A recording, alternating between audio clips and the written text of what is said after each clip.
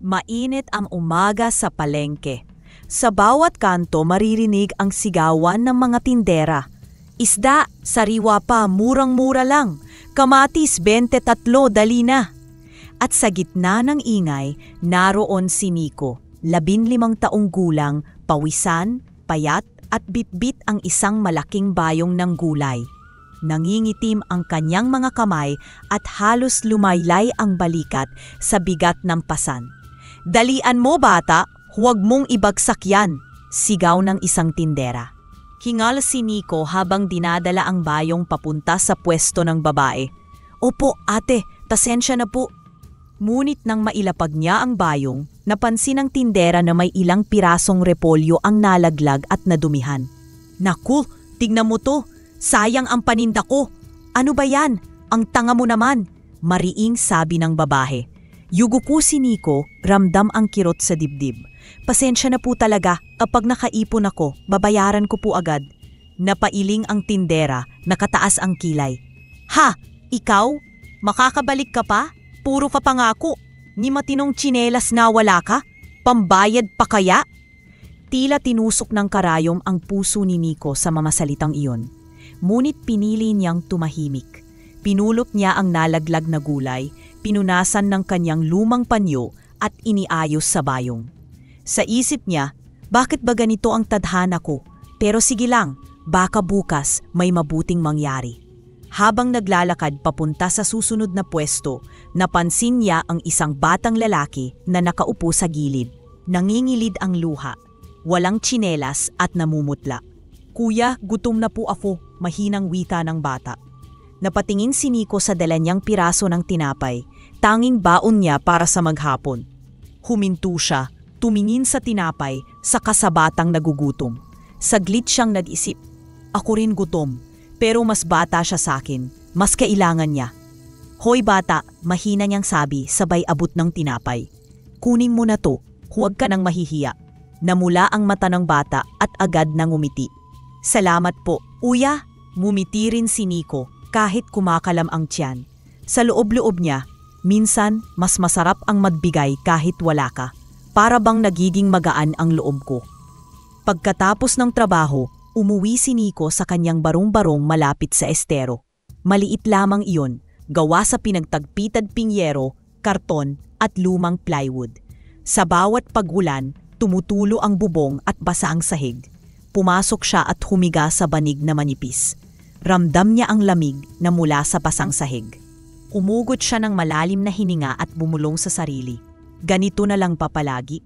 Gigising ng maaga, bubuhat buong araw, gutom, pagod, tapos bukas uulit na naman.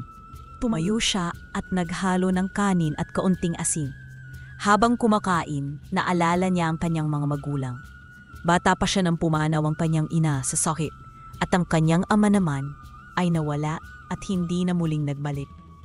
"Kung buhay pa si nanay," bulong niya, "hinding-hindi niya ako pababayaan. Pero ayos lang, akayanin ko to." Biglang may kumatok sa pinto. Isang batang babae, kapitbahay niyan si Liza, na halos kaedad niya. "Nico, may ulam ka ba?" tanong ng dalagita. "Kanina pa ako naghanap. Wala na akong nakuha. Eto lang kanin at asin." "Bakit?" sagot niya. "May dala akong sabaw. Kunti lang pero baka gusto mong makisalo." Sabay abot ng mangkok. Nagulat si Nico, nakangiti niyang tinanggap. "Salamat Lisa, kahit kunti, malaking bagay to." Umupo si Liza sa gilid at sabay silang kumain. Habang kumakain, nagsalita si Liza. "Alam mo Nico, ang hirap ng buhay natin. Pero bilib ako sa'yo. Kahit ganito, hindi ka sumusuko." Napatahimik si Nico. Ramdam niya ang init sa puso niya sa mga salitang hiyon. "Alam mo Lisa, minsan iniisip ko, bakit ba ako pinanganak na mahirap? Pero siguro may dahilan. Siguro darating ang panahon na babangon din ako." "Maniwala ka, darating yon," sagot ni Liza. "Basta wag ka lang sumuko. Baka isang araw, magkulat na lang tayo. Nasa harap mo na ang sagot." Napangiti si Nico at sa kanyang isip, sana nga, sana may himala. Kinagabihan habang nakahiga siya sa banig, nakatingala sa butas-butas na bubong kung saan tanaw niya ang mga bituin. Bumubulong siya. "Diyos ko, kung totoo man na may himala, Sana po balang araw maranasan ko rin. Ramdam niyang hapdi ng katawan sa pagod at ang kumakalam na tiyan. Pero sa kabila nito, may kakaibang init na sumisibol sa kanyang dibdib. Ang init ng pag-asa. At bago siya tuluyang makatulog, muling pumasok sa isip niya ang batang pinakain niya ng tinapay kanina. Napangiti siya. Hapon na at abala pa rin ang buong palengke. Ang sigawan ng mga tindera, ang kaluskos ng tsinelas sa basang semento, at ang amoy ng isna at karne ay naghahalo-halo sa hangin. Biglang bumuhos ang malakas na ulan, tila pinipiga ang langit. Nagkagulo ang mga tao, nagsiksikan sa ilalim ng trapal at tarpalin, nagsisigawan. Aray, wag mo akong itulak. Dali, tabigin mo yung trapal, nababasa ang paninda ko. Siniko, pawis at pagod mula sa buong maghapong pagbubuhat ng mga bulay at sako ng bigas ay biglang nabasa ng ulan. Ang kanyang lumang t-shirt ay agad dimikit sa katawan. Ramdam niya ang ginaw na pumapasok hanggang buto.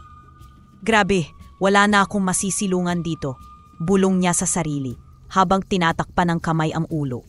Habang nakapingin sa paligid, napansin niya ang isang maliit na bukana sa gilid ng kalsada.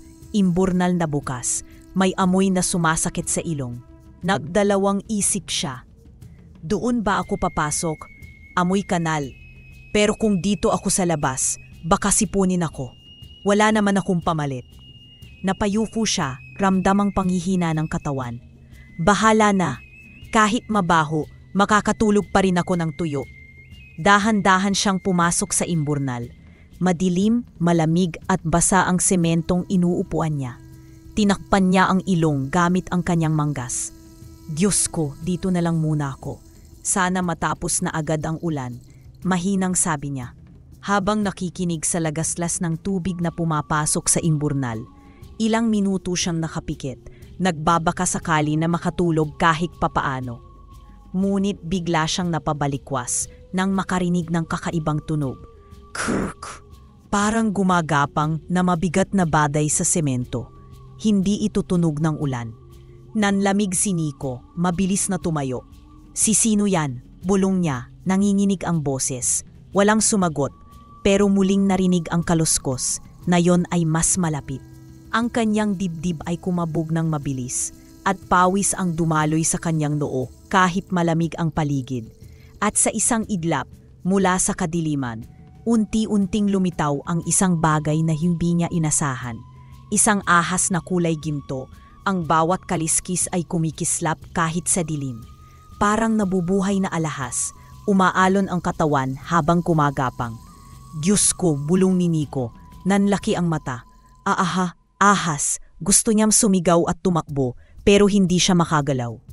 Para siyang naestatwa sa kinatatayuan. Ngunit habang tinitipigan niya ito, napansin niyang hindi ito kagaya ng mga karaniwang ahas. Hindi nakabuka ang bibig, hindi nanlilisik ang mata. Sa halip, tila may kakaibang katahimikan sa mga mata nito. Payapa, parang may mensahe. Bakit may ganito rito? Sa kanal pa talaga? Tanong niya sa isip, halos hindi makapaniwala. Dahan-dahang kumapang ang gintong ahas. Hindi patungo kay Nico para umatake, kundi para gumulong sa sarili nitong katawan. Unti-unti itong nagkikiskisan, hanggang mapansin niyang may nalalaglag na mga piraso ng balat.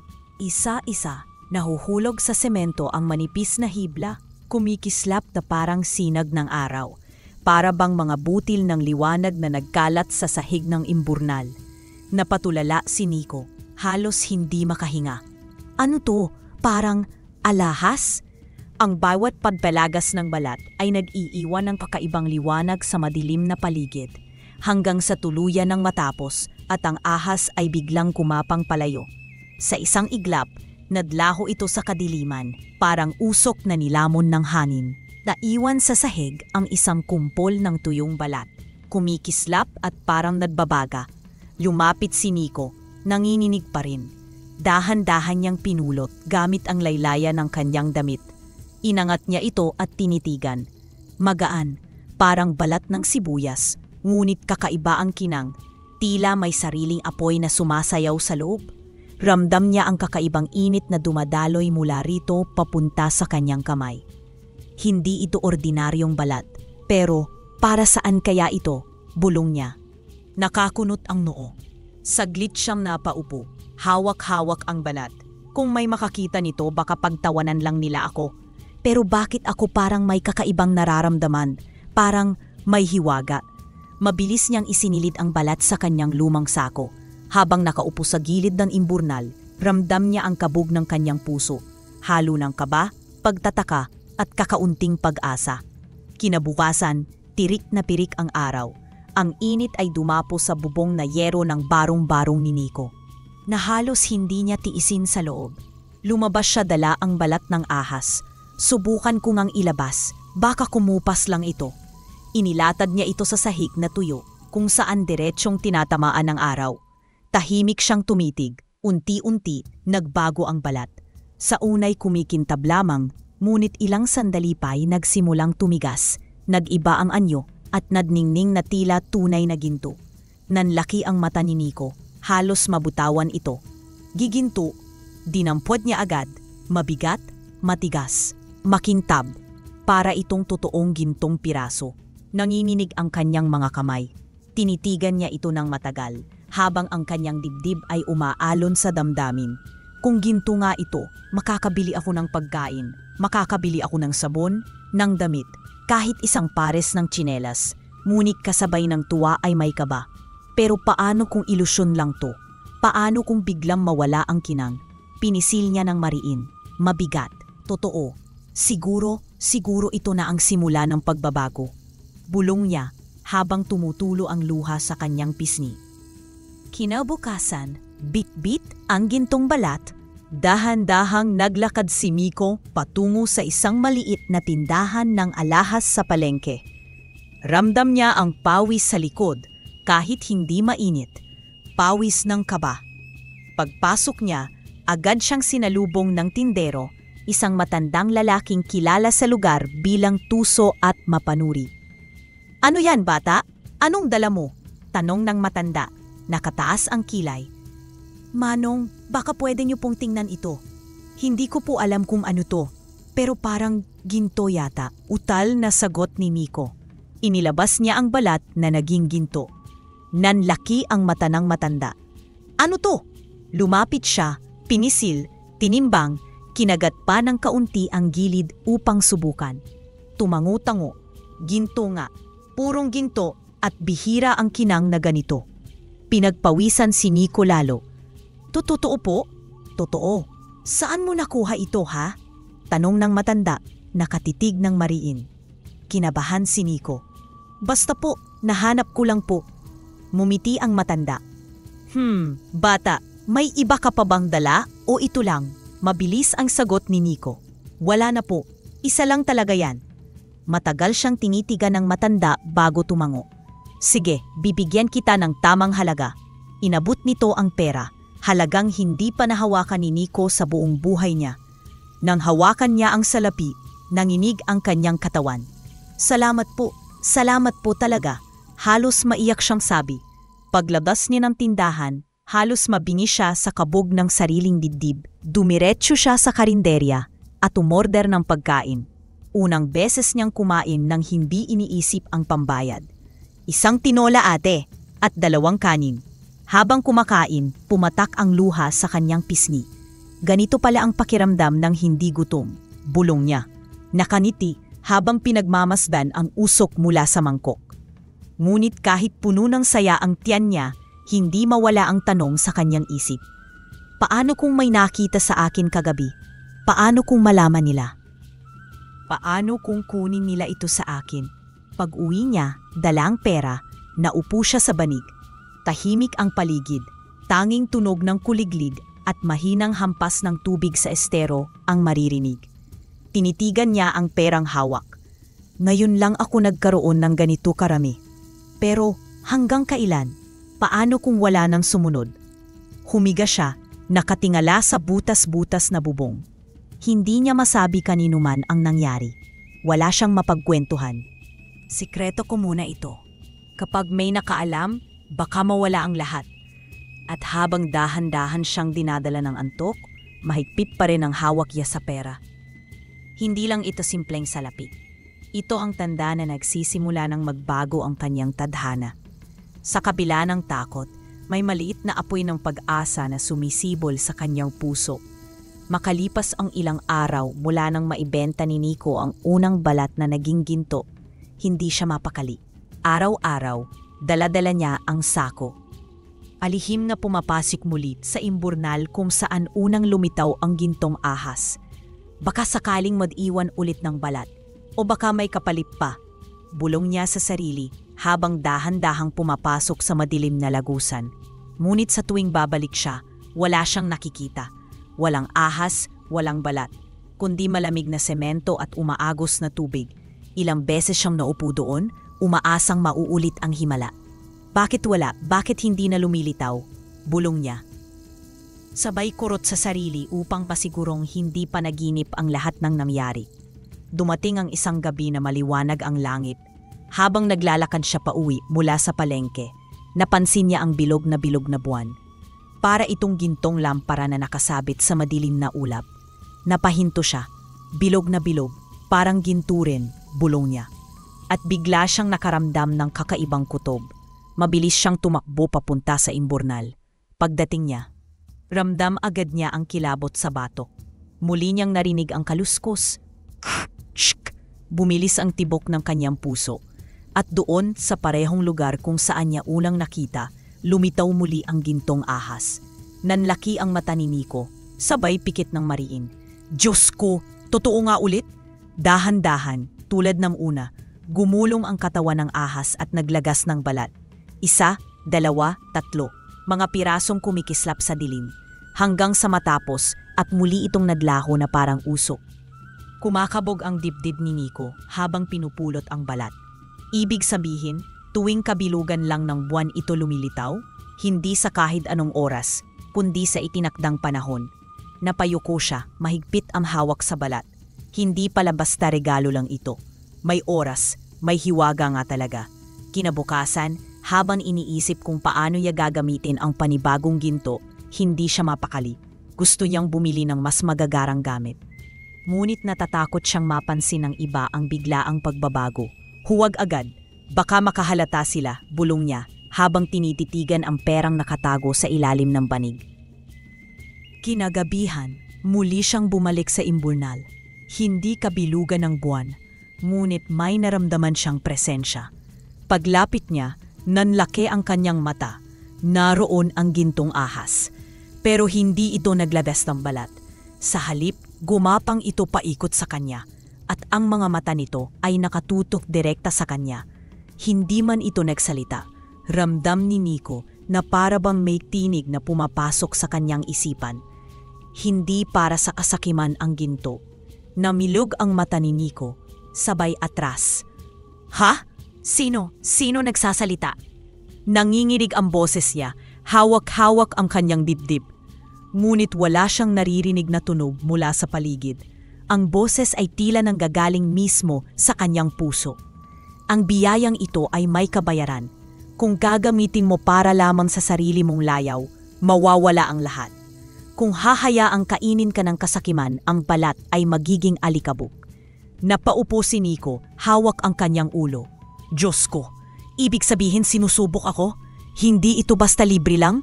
Tumitig siya muli sa gintong ahas. At sa kanyang isip, sumunod na dumaloy ang mga salita. Ang puso mo ang batayan. Hanggat mabuti ang iyong layunin, mananatili ang hiwaga. Ngunit kapag pinairal ang kasakiman, walang matitira sayo. Humigpit ang hawak ni Nico sa sako. Nangingilid ang luha sa kanyang mga mata. Hindi ko alam kung kaya ko. Ako'y mahirap, gutom, at ngayon bigla akong may hawak na kayamanang hindi ko inaasahan. Paano o magkamali ako? Ilang sandali siyang nakayuko, humihikbi ng mahina. Ngunit sa loob ng kanyang dibdib, unti-unting umusbong ang tapang. Kung ito'y pagsubok, kakayanin ko ito. Hindi ako papayag na mawala ang hiwagang ito sa kasakiman. Gagamitin ko ito para mabuhay, para makatulong, para makaalpas sa hirap. At sa sandaling iyon, naramdaman niya ang malamig na paggapang ng ahas sa tabi niya, bago ito muling naglaho. Naiwan si Nico na parang bagong pinigyan ng pangako o babala. Pag-uwi niya, agad niyang isinilid ang balat ng ahas sa ilalim ng kanyang banig. Hindi siya mapakali. Nakahiga siya, nakatitig sa kisame, habang paulit-ulit na pumapasok sa isip niya ang tinig na naririnig. Kung para sa kasakiman, magiging alikabok. Kung para sa kabutihan, mananatili ang hiwagat. Humugot siya ng malalim na hininga. Diyos ko, tutulungan niyo po sana akong huwag masira ng payamanang ito. Ayokong matulad sa mga taong nilamon ng pera. Kinabukasan, habang naglalakad sa palengke, pinagmamasdan niya ang mga batang lansangan na kumakain ng tira-tirang pagkain mula sa basurahan. Huminto siya at sa kanyang isipan, sumagi ang tanong, kung ako lang ang makikinabang, anong silbi ng lahat ng ito? Napangiti siya ng bahagya kahit may luha sa gilid ng kanyang mata. Sige, gagamitin ko ito para sa tama. Pangako. Mula sa naipon niyang pera sa pagbenta ng balat na naging ginto. Matagal na pinag-isipan ni Nico kung paano ito gagamitin. Madalas siyang nakaupo sa gilid ng kalsada, hawak ang ilang libong piso, nakatitig sa kawalan. Kung bibili lang ako ng bagong gamit, mauubos din to. Pero kung gagawin kong kuhunan, bulong niya sa sarili. Isang araw, napansin niya ang isang lumang bilyaran na matagal nang sarado. Basag ang ilang bintana, kalawangin ang pinto at puno ng alikabok ang loob. Nagtanong siya sa may-ari at nalaman niyang maaari niya itong rentahan sa murang halaga. Hindi na siya nagdalawang isip. Sige po, rerentahan ko. Gagawin ko pong panaderya ito, sabi ni Nico. Nanginginig pa ang boses sa tuwa at kaba. Pagkatapos maisaayos ang renta, agad siyang lumapit kay Mang Cardo, ang veteranong karpintero sa kanilang lugar. Mang Cardo, pwede po ba kayong magpatulong? Nirentahan ko po yung dating bilyaran. Bala ko pong gawing panaderya. Napatingin ang matanda, napangiti. Panaderya ha? Aba, ang tapang ng pangarap mo, Nico. Pero kung yan ang gusto mo, tutulungan kita. Magkasama nilang inayos ang lumang gusali. Nilinis nila ang makapal na alikabok, tinakpan ang mga siwang, pininturahan ang dingding at inayos ang bubong. Ang dating amoy usok na bilyaran ay unti-unting nagkaroon ng bagong muka, isang muwating panaderya. Bumili si Nico ng lumang pugon mula sa isang indahan na nagbebenta ng mga segunda mano, ilang sako ng harina, asukal at mantika. Habang minamasa niya ang unang tinapay, ramdam niya ang panginginig ng kanyang mga kamay. Pawis ang bumabagsak mula sa kanyang noo, pero dama niya ang init ng pag-asa. Sa wakas, hindi na ako basta kargador lang. May sarili na akong negosyo, mahina niyang bulong, halos mapaluha. Makalipas ang ilang linggo, hindi na basta 3 bata lang ang nakapila. Bawat umaga, may mahabang hanay ng mga tao, mula sa mga magtataho, estudyante, hanggang sa mga tricycle driver. Kuya Nico, pabili nga po ng 5 pandesal. Akin din, 10. Ako, 1 supot pang almusal ng pamilya ko. Habang abalang-abala siya sa pagbabalot, hindi nawawala ang kanyang ngiti. Kapag may nakikitang batang lantang-lanta at tila walang pera, agad siyang nag-aabot ng libreng tinapay. Kuya, wala po akong pambayad. Mahiyain na sabi ng isang batang gusgusin. Napalunok si Nico, saglit na napatingin sa tray ng pandesal. Sige, sayo na to, basta wag kang magutom. Namilog ang mata ng bata at napayakap sa kanya. Salamat po, kuya. Habang pinagmamasdan niya ang batang iyon, dama niya ang sakit ng kanyang nakaraan. Mga panahong siya mismo'y gutom at walang matakbuhan. Ngunit higit doon, dama rin niya ang tuwa. Siguro ito ang dahilan kung bakit ko natagpuan ang hiwaga ng ahas, hindi para lang sa akin, kundi para din sa iba, bulong niya sa sarili. Sa bawat araw na lumilipas, lalo siyang nakilala sa kanilang lugar. Hindi lang dahil sa tinapay, kundi dahil sa kabutihan. Ang maliit niyang panaderya ay naging lugar ng pag-asa. Usang gabi, matapos isara ni Nico ang panaderya, tahimik siyang nabibilang ng kinita. Pagod man, nakangiti siya habang pinagmamasdan ang naipon. Hindi ko akalain aabot ako dito, bulong niya. Salamat, Diyos ko. Ngunit habang nakaupo, May narinig siyang mahihinang yabag sa labas. May kaluskos sa pinto. Mabilis niyang itinago ang pera sa ilalim ng mesa at nakiramdam. Pare, dito na. Walang bantay. Kukunin na natin ang kita niya. Bulong ng isang lalaki sa labas. Nanlaki ang mata ni Nico. Mga magnanakaw, bulong niya, sabay kapit sa isang kahoy na pamalo. Nanginginig ang kanyang mga tuhod. Alam niyang kulang ang lakas niya laban sa 3 anino na papasok. Dahan-dahang bumukas ang pinto. Pumasok ang 3 lalaki. May dalang malaking bag. Swerte tayo ngayong gabi. Malakas ang negosyo ng binatilyong to. Bulong ng isa, may halakhak. Napaatras si Nico. Ramdam ang malamig na pawis sa batok. Paano kung makuha nila lahat? Ngunit bago pa man makalapit ang isa sa kanya, biglang nag-iba ang hangin sa paligid. Mula sa mga siwang ng dingding at sahig, nagsulputan ang 12 ng daga. Nagtilian ang mga ito, sabay-sabay na tumakbo at sumugod sa mga magnanakaw. Aray, ano to? Mga hayop, sigaw ng isa, tumalon pa atras. Pare, ang dami nila, mga daga, Diyos ko, kinakagat ako. Bago pa tuluyang makalabas ang mga magnanakaw, mula sa isang madilim na sulok ng panaderya. Gumapang ang isang nilalang na kumikislap, ang gintong ahas. Ang bawat kaliskis nito'y kumikinang sa liwanag ng ilawan at ang mga mata nito'y tila nagbabantang tapoy. Ahas! May ahas dito! Halos sabay-sabay ang sigaw ng 3. Kandara pa silang tumakbo palabas. Iniwan ang kanilang bag at ang binabalak na nakawin. Nagkahalo ang kanilang sigaw at ang ingay ng mga daga na patuloy na humahabol hanggang sa labas. Naiwan si Nico. Halos bumigay ang tuhod. Nanginginig pero hindi mawala ang ngiti sa kanyang labi. Mga kaibigan, kayo pala ang bantay ko. Hindi pala ako nag-iisa. Mahina yang bulong. Sabay titig sa gintong ahas na sandaling nanatili. Parang nakatingin din sa kanya bago muling nadlaho. Dahan-dahan ding nagbalik sa kanilang mga lungga ang mga daga. Iniwan siyang mag-isa sa gitna ng tahimik na panaderya. Umupo siya sa sahig, napahawak sa dibdib. Salamat, hindi lang sa tinapay ako binigyan ng pagkakataon, pati sa pagprotekta sa lahat ng pinaghirapan ko. Sa gabing iyon, bago siya muling natulog, may isang bagay na malinaw kay Nico. Ang kanyang panaderya ay hindi lang basta negosyo.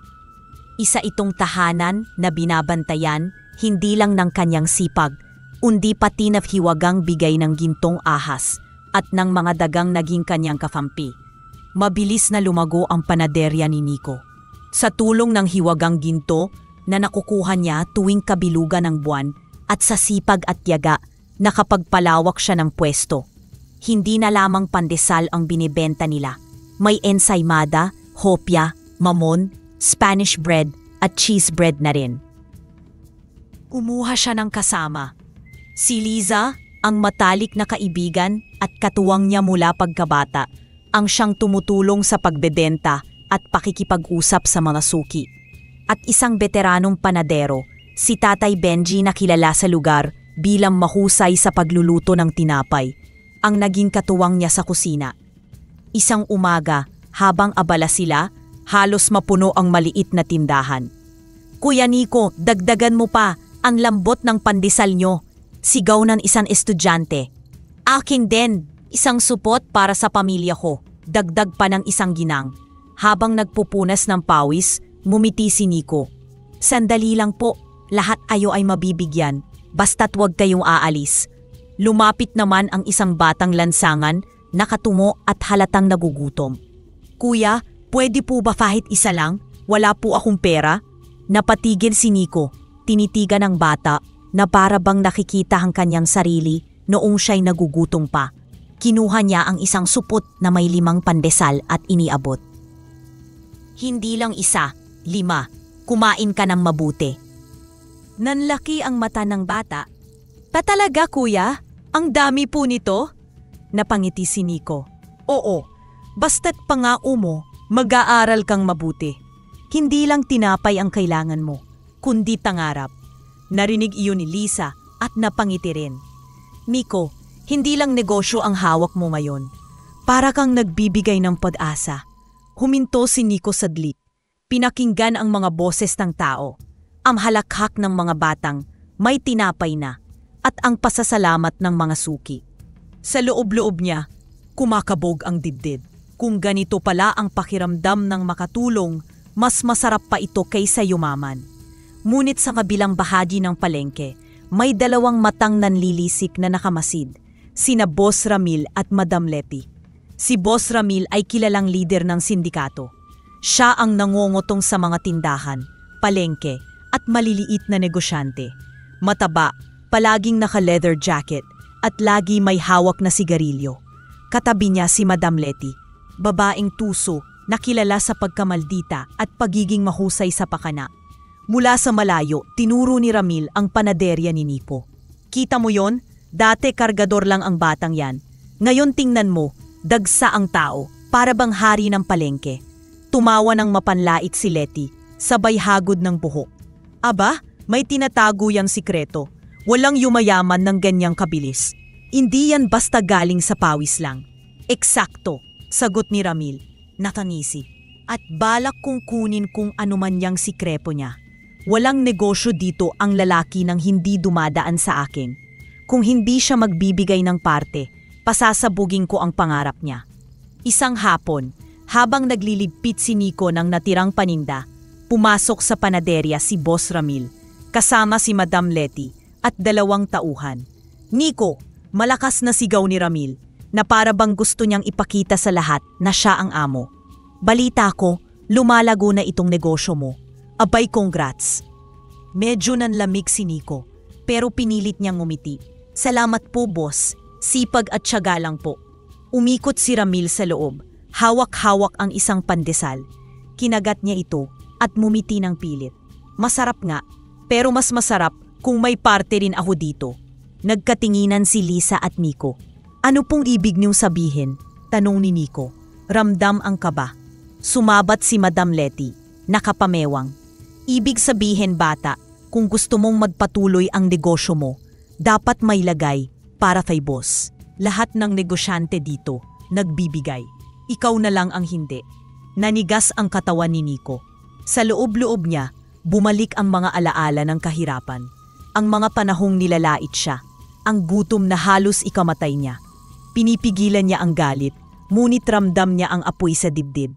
Pasensya na po, mahinahon niyang sagot. Pero hindi ko po kaya yan. Lahat ng kinikita ko, pinupunta ko sa mga pangangailangan ng tindahan at sa mga batang pinapakain ko. Kung kukunin niyo pa, paano na sila? Umalingaw-ngaw ang tawa ni Ramil. Abat matapang ka ha? Sino ka para tumanggi sa akin? Lalo pang lumapit si Leti, nakadikit halos ang muka kay Nico. Makinig ka, bata. Walang tumatagal dito na hindi nakikisama sa amin. Kung ayaw mong sumunod, baka magsisi ka. Namilog ang mata ni Liza. Nanginginig ang kamay na hawak ang supot ng tinapay. Boss, wag naman po.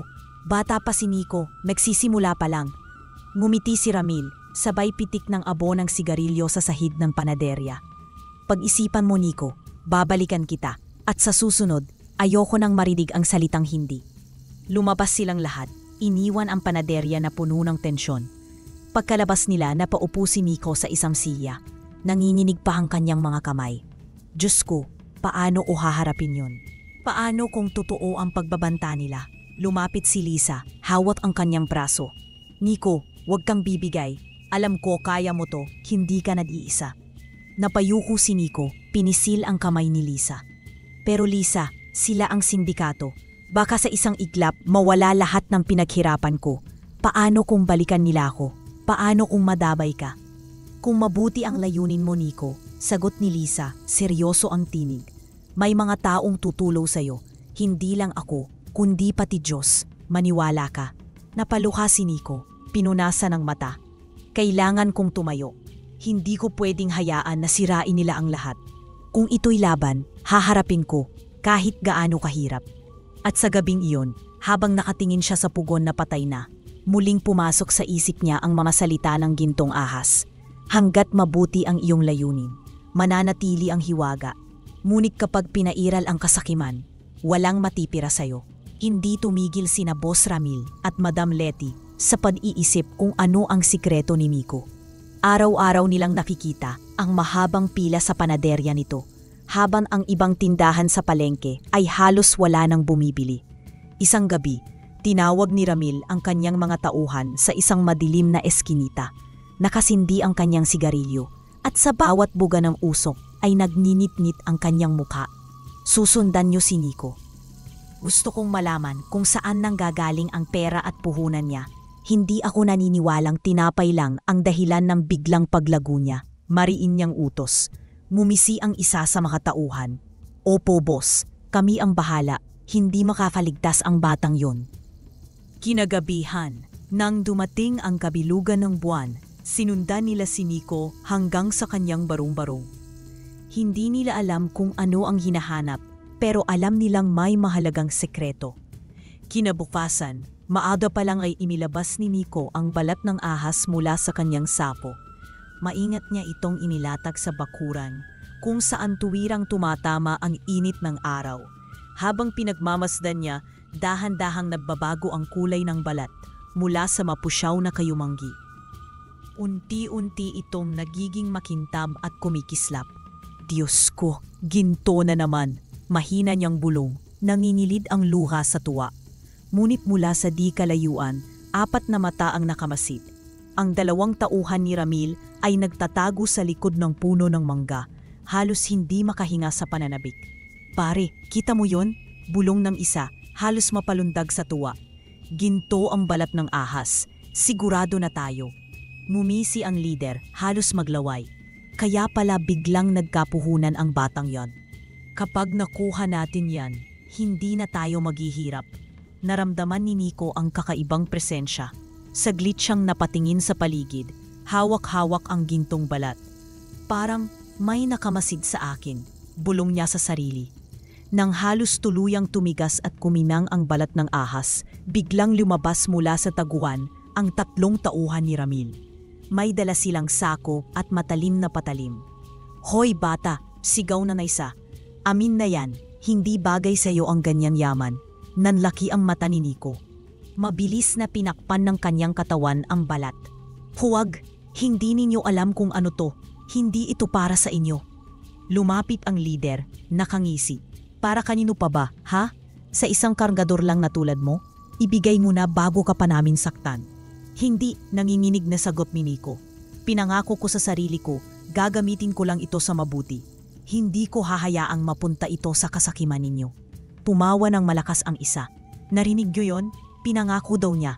Aba, baka akala mo santo ka, bata. Ang ginto para sa malakas. At kami yon. Sabay-sabay silang sumubog kay Nico.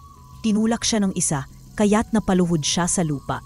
Ngunit mahigpit pa rin ang hawak niya sa balat na ginto.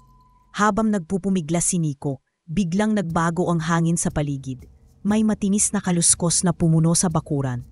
Pare, ano yon? Sigaw ng isa, na paatras. Mula sa mga siwang ng lupa at dingding, naglabasan ang 12-12 ng daga. Tumakbo ang mga ito ng sabay-sabay, parang isang hukbo, at agad sumugod sa mga paa ng mga tauhan. Aray, mga daga, ang dami nila! Sigaw ng isang magnanakaw. Kinakagat ako, Diyos ko! Tulungan niyo ako! Iyak pa ng isa, tumatalon sa takot. At mula sa isang sulok ng bakuran, gumapang ang nilalang na kumikislap, ang gintong ahas. Ang mga kaliskis nito ay nadliliwanag sa ilalim ng araw, at ang mga matay tila nababaga sa galit. Nanigas ang lider ng mga tauhan, halos hindi makapagsalita. Ahas! Ahas! Umikot ang ahas sa paligid ni Nico, parang sinasabi, hindi mo siya masasaktan. Nanginginig si Nico, ngunit sa kanyang dibdib ay naramdaman niya ang kakaibang tapang. Kita nyo? Sigaw niya sa mga tauhan. Hindi lahat ng yaman ay para agawin. Ang hiwagang ito ay may bantay. Kung ipipilit ninyo, kayo rin ang mapapahamak. Halos magkandara pa sa pagtakbo ang 3 lalaki. Iniwan ang kanilang sako. Habang tumatakbo, naririnig pa ang kanilang sigaw. Pare, hindi na ako babalik doon. Mas mabuti pang mamatay sa gutom kaysa harapin ang napakaraming daga at ang ahas. Naiwan si Nico sa bakuran, nanginginig. Ang mga daga ay unti-unting nagbalik sa kanilang mga lungga at ang gintong ahas ay gumapang pabalik sa dilim bago tuluyang naglaho. Napaupo si Nico sa lupa, hawak ang balat ng ginto. Napaluha siya, sabay bulong.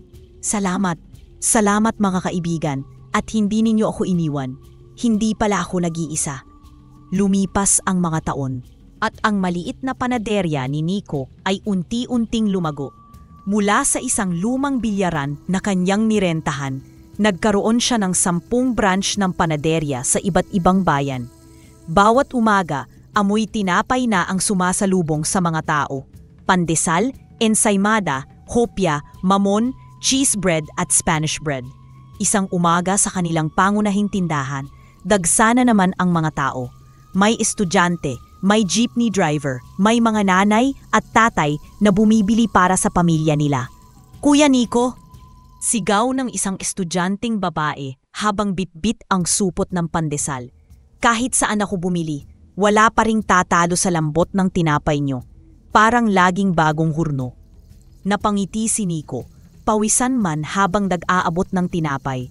Salamat, iyan ang pangako ko, na kahit kailan, hindi mawawala ang malasakit sa bawat tinapay na niluluto. Lumapit naman ang isang matandang suki, hawak ang tungkod. Nico, kahit yumaman ka na, nandito ka pa rin sa una mong tindahan. Hindi mo kami iniwan. Umupo si Nico saglit, pinunasan ang pawis at ngumiti. Dito po nagsimula ang lahat. Kung aalis ako, para ko na ring iniwan ang sarili kong pinagmulan. Narinig iyon ni Liza na nasa gilid, nag-aabot ng sukli sa mga mamimili. Tumango siya at nagdagdag. At saka, hindi lang ito negosyo. Para kay Nico, bawat piraso ng tinapay ay alaala ng hirap at ng pag-asa. Kaya nandito pa rin siya. Nagtinginan ang mga tao at sabay-sabay na napangipi. May halong paghanga at respeto sa kanilang mga mata. Sa isang tabi, lumapit si Tatay Benji, ang matandang panadero na tumulong kay Nico. Anak, kung makikita ka lang ng mga magulang mo ngayon, piyak na ipagmamalaki ka nila. Dati, halos kanin na may asin lang ang kinakain mo. Ngayon, ikaw na ang nagbibigay buhay sa tiyan ng maraming tao. Naluha si Nico, napatingin sa mga tray ng tinapay. Tatay Benji, hindi lang tiyan ang busog ngayon, pati puso ko puno ng pasasalamat. Sa paglago ng negosyo, hindi nakalimot si Nico. Ginawa niyang empleyado ang mga dating batang lansangan at kargador na dati kagaya niya. Pagod, gutom at walang kinabukasan. Isang hapon, kinausap niya ang 3 sa mga bagong empleyado. Si Junjun, isang dating basurero, si Mario, dating kargador, at si Berto, dating batang palaboy. Mga kapatid, wika ni Nico habang hawak ang mga kamay nila. Hindi na kayo kailangan magpagalagala. May marangal na kayong trabaho dito. Kung paano ako inalalaya ng tadhana, gusto ko rin kayo ay makaahon. Naiyak si Junjun. Kuya Nico, hindi ko afalain na makakapagsuot ako ng apron at magtatrabaho sa kusina. Dati, inapay lang natira ang nakukuha ko. Ngayon, ako na mismo ang gumagawa. Napatango si Mario. Dati, palaging binabastos ako ng mga tindera sa palengke. Ngayon, may respeto na ang mga tao. Dahil sa'yo, Nico. Natawa si Berto, ngunit may luha rin.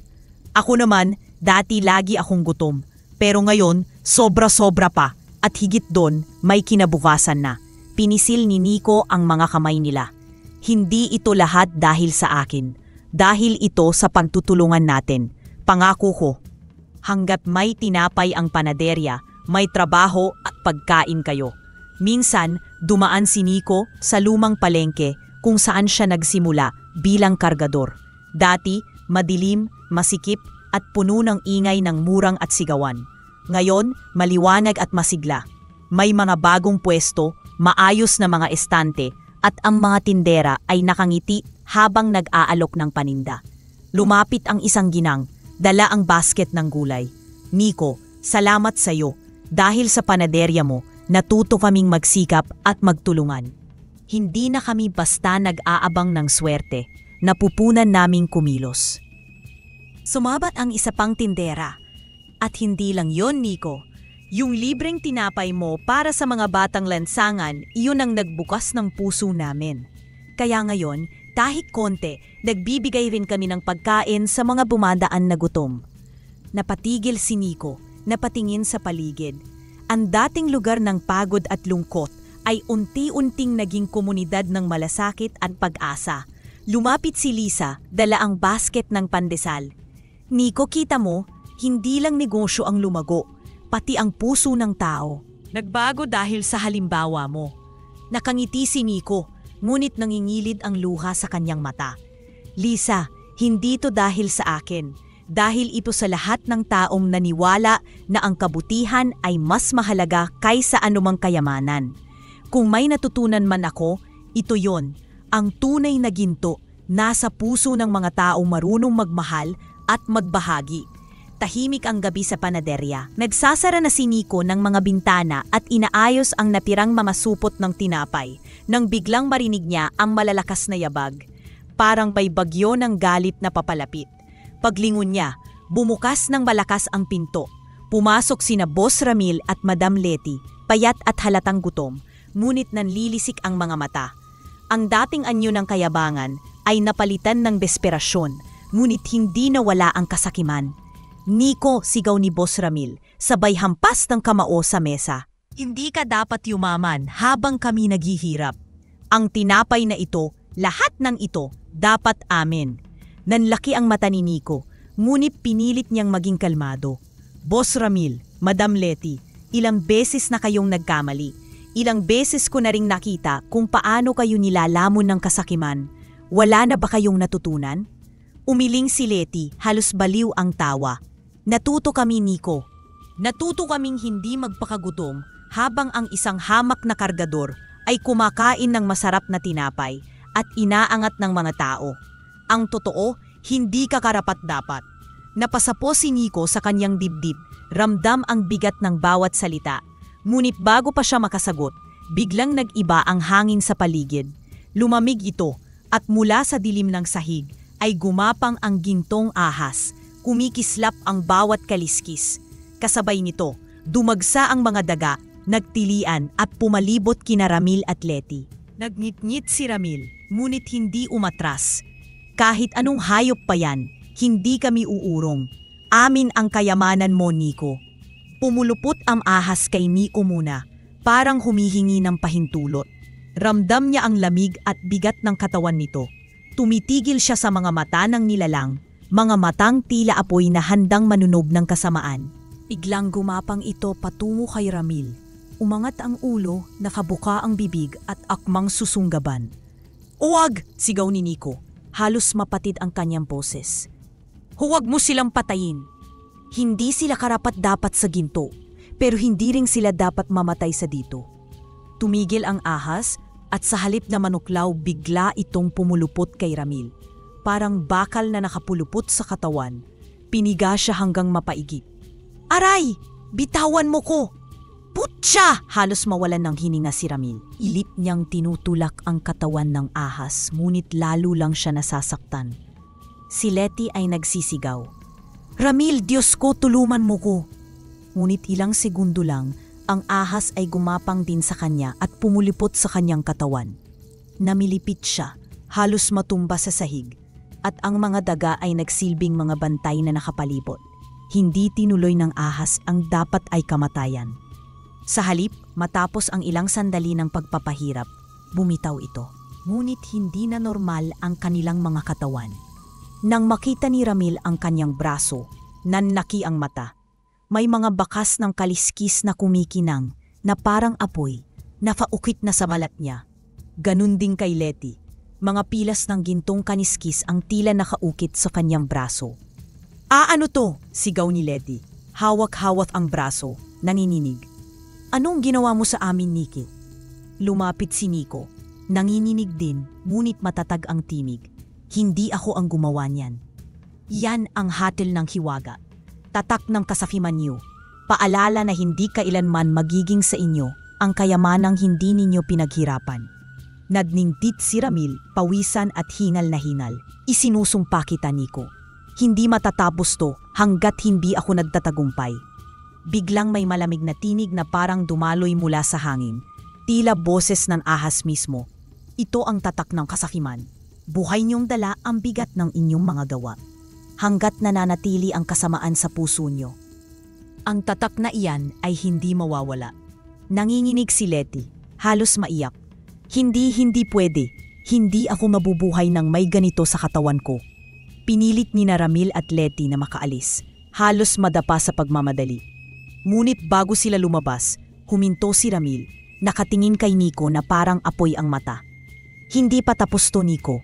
Tandaan mo, babalik kami. At sa oras na yon, kahit buong bayan mo pa ang kakampi mo, sisiguraduhin kong sa huli, amin ang lahat. Hila-hila ni Letty ang kanyang braso na may kaliskis. Umiiyak habang paalis. Ang mga daga ay umaluskos pabalik sa kanilang mga lungga. At ang ahas ay gumapang pabalik sa dilim. Naiwan si Nico sa gitna ng katahimikan. Nakaluhod si Nico, hawak ang kanyang dibdib. Ramdam niya ang mabilis na tibok ng kanyang puso.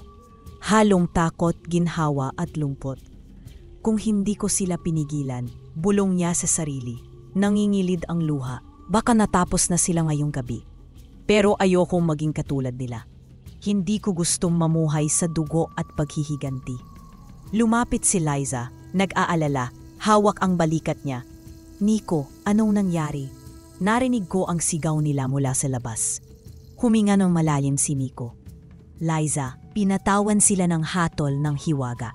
Hindi sila napatay, pero dala nila ngayon ang tatak ng kasakiman. At iyon na ang magiging krus nilang pasan. Napayuko si Liza, pinisil ang kamay ni Nico. Kung ganon, tama ang ginawa mo.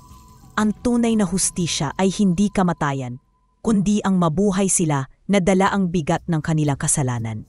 Napaluha si Nico, ngumiti ng bahagya. Salamat, Liza. Salamat at hindi ako nag-iisa.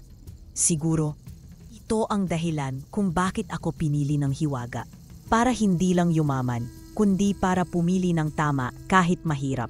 Sa gabing iyon, bago nila tuluyang isinara ang panaderya, tumingala si Nico sa kalangitan. Ang buwan ay bilog at kumikislap, at sa kanyang puso, naramdaman niya ang bulong ng gintong ahas. Hanggat pipiliin mo ang kabutihan, mananatili ang hiwaga sa iyong mga kamay. Kabilugan ng gabi. Ang buwan ay kumikislap sa kalangitan na parang mata ng Diyos na nakamasid sa mundo. Habang tahimik ang buong bayan, naglakad si Nico sa makipot na daan patungo sa imburnal kung saan nagsimula ang lahat. May dalang kaba at pananabik ang kanyang puso. Pakiramdam niya, tinatawag siyang muli ng hiwaga. Huminto siya sa harap ng imburnal. Amoy pa rin ang lumang kanal. Basa pa ang sahig dahil sa nagdaang ulan. Ngunit hindi na siya natatakot. Huminga siya ng malalim, saka dahan-dahang bumaba. Habang naglalakad siya sa loob, narinig niya ang kaluskos. Unti-unti itong lumakas. Hanggang sa mula sa dilim ay gumapang palabas ang gintong ahas. Kumikinang ang bawat kariskis sa ilalim ng sinag ng buwan na pumapasok mula sa siwang ng estero. Para itong buhay na liwanag na dumadaloy sa sahig. Napatigil si Nico at napaluhod. Nagbalik ka, bulong niya, nanginginig ang boses, matagal kitang hinintay. Malamig ngunit mahinahon ang dumaloy na tinig sa kanyang isip. Nico, dumating ka. Handa ka na bang tanggapin ang huling pamana? Umanat ang buntot ng ahas at dahang-dahang iniwan sa sahig ang isang balat. Pinulot ito ni Nico at agad niyang napansin na hindi ito kasing kintab ng mga naunang balat. Hindi ito mabigat, hindi rin kumikinang. Isa lamang itong tuyong balat na parang ordinaryong dahon. Bakit ganito? Tanong ni Nico, nagtataka. Hindi ba dapat ginto? Sumagot ang ahas, tapos na ang iyong pagsubok. Natutunan mo na ang aral. Ang kayamanan ay hindi na sa ginto, kundi sa kabutihan. Yan ang iiwan ko sa'yo, paalala ng hiwaga at simbolo ng tiwala. Napaluha si Nico at niyahap ang balat. Kung ganun, ito ang huling pagkakataon na makikita kita. Hindi mo na ako makikita gaya ng dati, ngunit lagi akong naroroon sa iyong puso tuwing pipiliin mo ang tama, tugon ng ahas. Bakit ako ang pinili? Tanong ni Nico, nanginginig ang boses. Ang daming tao sa mundo. May mas matalino, mas mayaman, mas malakas. Pero ako, isang batang kargador lang noon. Dahil ikaw ang may pusong hindi lumalamon sa kasakiman, sagot ng ahas. Kahit noong wala ka, natupunan mong magbahagi. Kahit gutom ka, pinipili mong unahin ang iba. Kaya ikaw ang itinakda. Nagpatuloy ang luha ni Nico. Natatakot ako. Natatakot ako na baka balang araw, malason din ako ng kasakiman. Natatakot akong maging katulad nila Ramil at Letty. Ang takot ay paalala na tao ka.